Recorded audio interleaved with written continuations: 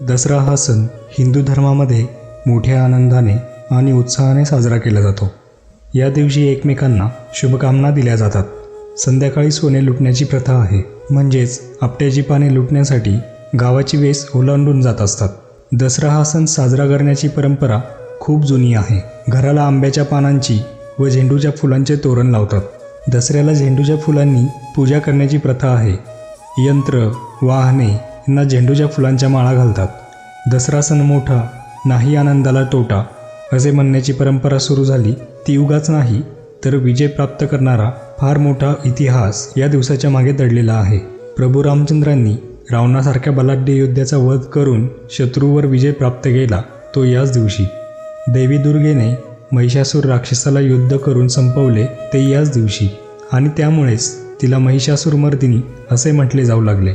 या आख्यायिकांचा इतिहास पाठीमागे असल्याने बरेच राजपूत आणि मराठा योद्धे आपल्या युद्ध मोहिमांचा आजच्याच दिवशी शुभारंभ करीत असत. अज्ञानावर ज्ञानाने, वैर्यावर प्रेमाने आणि शत्रूवर पराक्रम गाजवीत विजय प्राप्त करण्याचा हा दिवस विजयादशमी अतिशय शुभ समजला जातो. 3.5 मुहूर्तांपैकी एक असा हा दिवस कोणत्याही कार्याचा शुभारंभ करण्यासाठी अत्यंत शुभ समजला जातो. कित्येक लोक या दिवशी नव्या प्रतिष्ठानांची सुरुवात दसऱ्यापासून करतात. नवीन वाहने, वस्तू तसेच कपड्यांची खरेदी, सोन्याची खरेदी देखील या दिवशी केली जाते. शस्त्रांची पूजा करण्याचा देखील प्रघात आहे. सरस्वती पूजन या शुभ मुहूर्तावर करतात. आपल्या महाराष्ट्रात एकमेकांना सोन्याच्या रूपात आपट्याची पाने दिली जातात. या दिवशी सीमोल्लंघन, सरस्वती पूजन, शमीपूजन, शस्त्रांचे पूजन आणि अपराजिता पूजन देखील केले जाते. तिन्ही सांजेला गावाबाहेर जात आपल्या गावची सीमा ओलांडायची, आपट्याचे आणि शमीचे पूजन करायचे. त्या ठिकाणी अष्टदल रेखाटायचे व त्यावर अपराजिता देवीची स्थापना करायची आणि तिला विजयाकरता वर मागायचा. दसरा हा सण शेतीविषयक लोक उत्सव म्हणून साजरा करत होते, कारण त्यावेळी पेरलेल्या शेतातील पहिले धान्य घरात येते. त्यामुळे शेतकरी हा उत्सव मोठ्या आनंदाने साजरा करत असतो. 3.5 मुहूर्तातील एक मुहूर्त मानला गेलेल्या विजयादशमीला शुभ कार्य करतात. शिवाजी महाराजांनी प्रतापगड किल्ल्यावर भवानी देवीच्या उत्सवाला याच दिवशी शुभारंभ केला. पेशवाईमध्ये सुद्धा या सणाचे महत्त्व होते. बाजीराव पेशवे याच दिवशी पुढच्या स्वारीचे बेत कायम करीत असत. अनेक शूर पराक्रमी राजे याच दिवशी दुसऱ्या राज्यावर स्वारी करण्यास जात असत. यालाच सीमा उल्लंघन म्हणतात. विजयादशमी खास विजय मिळवून देणारा दिवस आहे असे मानले जाते. दसरा सणाविषयी पौराणिक कथा. दसऱ्याच्या दिवशी सोने लुटण्याची एक प्रथा आहे. त्याविषयी एक कथा आहे. ती म्हणजे फार वर्षापूर्वीची ही गोष्ट आहे. वरतंतू नावाचे एक ऋषी होऊन गेले. त्यांच्याकडे विद्या अभ्यासासाठी खूप शिष्य येत असत. बरेच शिष्य अभ्यास करून मोठे होत. त्यावेळी मानधन किंवा फी देण्याची पद्धत नव्हती. त्यामुळे शिक्षण संपल्यावर विद्यार्थी गुरुदक्षिणा देत असत. या ऋषीकडे कौत्स्य नावाचा एक शिष्य होता. त्याचे शिक्षण पूर्ण झाल्यावर गुरुने त्याला घरी जाण्यास परवानगी दिली.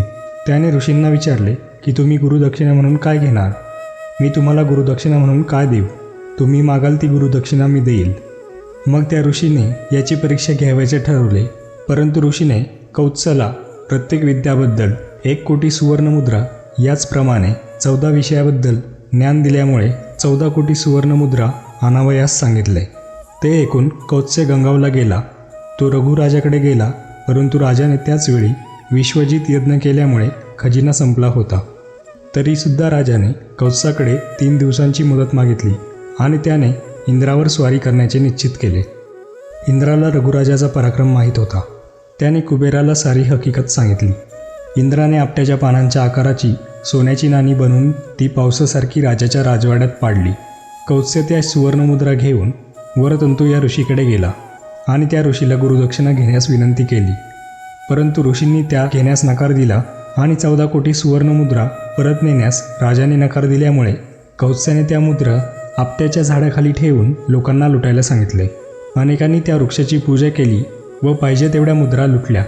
तो दिवस दसऱ्याचा होता, म्हणून त्या दिवसापासून या झाडाची पूजा करून सोन्याची नाणी लुटण्याची प्रथा सुरू झाली असे म्हटले जाते. याविषयीची आणखीन एक दंतकथा आहे. ती म्हणजे दसऱ्याच्या दिवशी पांडव अज्ञातवास संपवून परत निघाले अशी ही आख्यायिका आहे. पांडवांनी अज्ञातवासात जाण्यापूर्वी आपली शस्त्रे शमीच्या झाडावरील एका ढोलीत लपवून ठेवली होती. त्यापैकी गांडीव धनुष्य आणि काही बाण अर्जुनाने विराटच्या गायी सोडवून आणण्यासाठी वापरले आणि त्या कामगिरीनंतर परत झाडावर ठेवून दिले, अशी कथा आढळून येते. यामुळे विजयादशमीला शमीच्या झाडाची सुद्धा पूजा करून त्याला औक्षण केले जाते. अशा प्रकारे दसरा हा सण भारतात विविध ठिकाणी मिठाई वाटून व एकमेकांना शुभेच्छा देऊन मोठ्या आनंद व उत्साहाने साजरा केला जातो. साधुसंत येती घरा तोची दिवाळी दसरा असे म्हणत संत तुकाराम महाराजांनी कितीतरी पूर्वीच या सणाचे महत्त्व आपल्या काव्यातून अधोरेखित केले आहे. तर ही होती दसरा या सणाबद्दल माहिती. आपणास हा व्हिडिओ कसा वाटला हे कमेंटमध्ये कळवा. धन्यवाद.